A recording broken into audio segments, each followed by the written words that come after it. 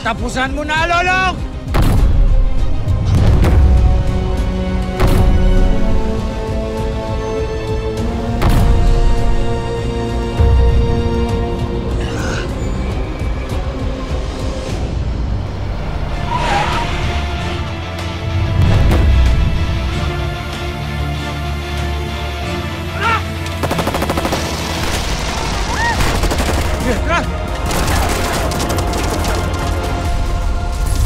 Hindi ka pwede mamatay, anak! Si Julio. Buhay siya. Anak! Hindi ka pwedeng mamatay!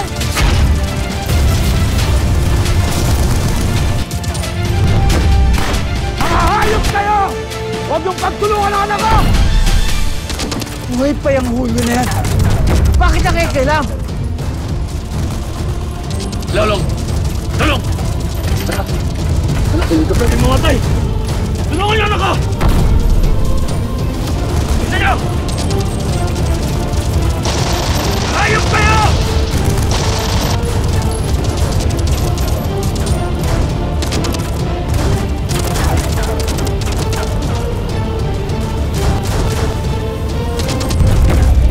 Hindi pwedeng makawala si Lolong Emilio! Patayin niyo siya kahit anong mangyari!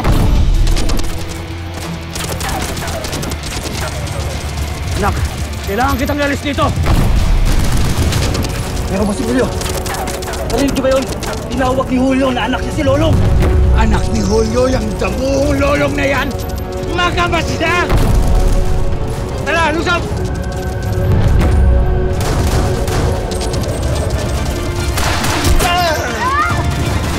Tara na! Tara!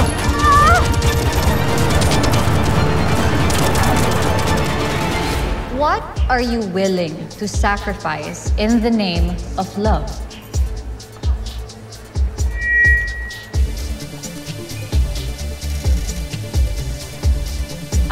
Sige ha, ulitin ko, candidate number 2. Tatagalugin ko, tsaka babagalan ko para mas maintindihan mo, no? Okay, sige. Ano ang iyong isasakripisyo para sa pag-ibig?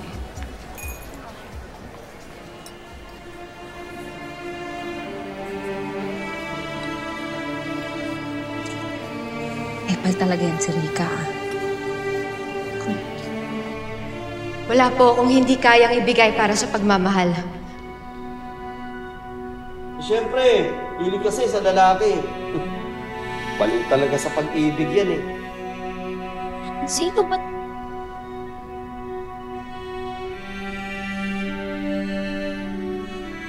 At ang pinakamamahal ko, ang pamilya ko. Lalong-lalo na ang tatay ko. Kahit na napakahirap mamuhay dito sa Maynila. Kahit na nakakapagod, napakalungkot. Kahit na pinagchichismisan ho ako dito. Kahit na sabihan nila akong malandi. At napakasakit na marinig na isa akong kabit. Lahat ng chismis, tinitiis ko para lang makapagpadala ng pera sa tatay ko sa probinsya.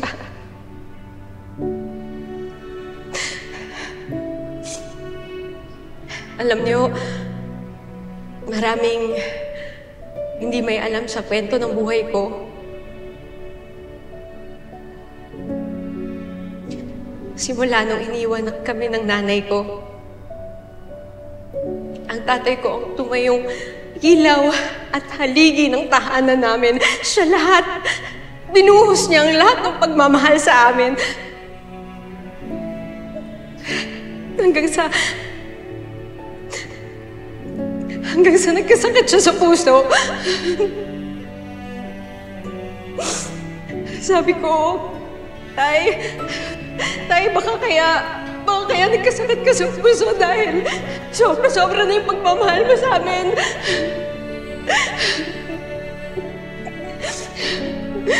Sabi ko, Tay, baka kailangan magtira ka para sa sarili mo. Hindi yung kami na lang palagi. Tay, magtira ka para sa sarili mo.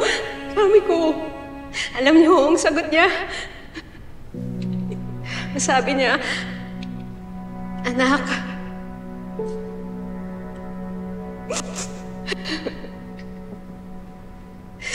bakit pa ako magmamahal kung hindi ko ibibigay ang lahat?" Kaya ang sagot ko po sa tanong na kung ano ang kaya kong ibigay para sa taong mahal ko, ang sagot ko po doon, lalong-lalo na para sa tatay ko, ang sagot ko po doon ay lahat. Lahat kaya kong ibigay. Salamat po.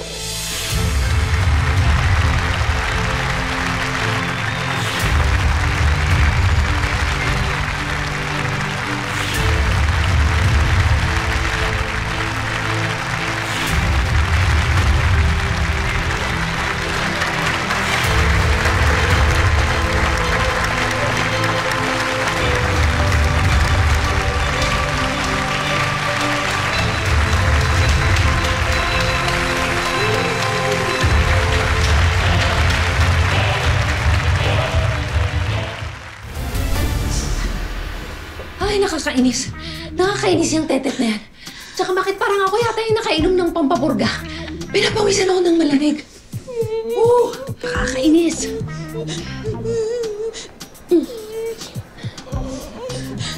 Uy! Ano ba ginagawa mo dyan? Bakit ka umiiyak? Halika nga dito.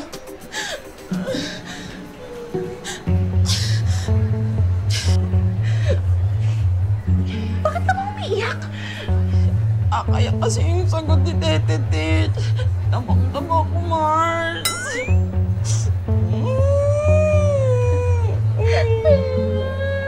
Talaga namang lumuluha ka pa, ano? Isa ka pang buwisit ka eh. Ito naman, ang sakit. Ang sakit yung sagot. Ito naman si Rika. Halika dito.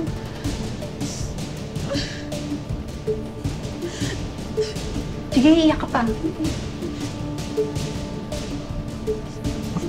Pati, ano ba nangyayari sa'yo? Hinahanap ka na sa stage. Alam ko. Eh, humihilab nga kasi yung tiyan ko. Ang sakit eh. Tapos ang ganda pa ng sagot ng tetet na yan. Parang kagabi pa lang alam na niya yung itatanong sa kanya. Alam mo, hindi ko alam. Hindi ko alam, ha? Pero, huwag ka na mag-alala. Sure win ka naman na dito, Mari. Ako na ba? Tsaka, wala nang bearing yan. Yung Q&A na yan, wala na yan. Tsaka, Mari, kompleto si Ricardo's na tong cooking show na to. Expert ako dyan. Pero, syempre, ang lagay ba? Bigyan mo na nga. Mamaya mo na ituloy ang iyak mo.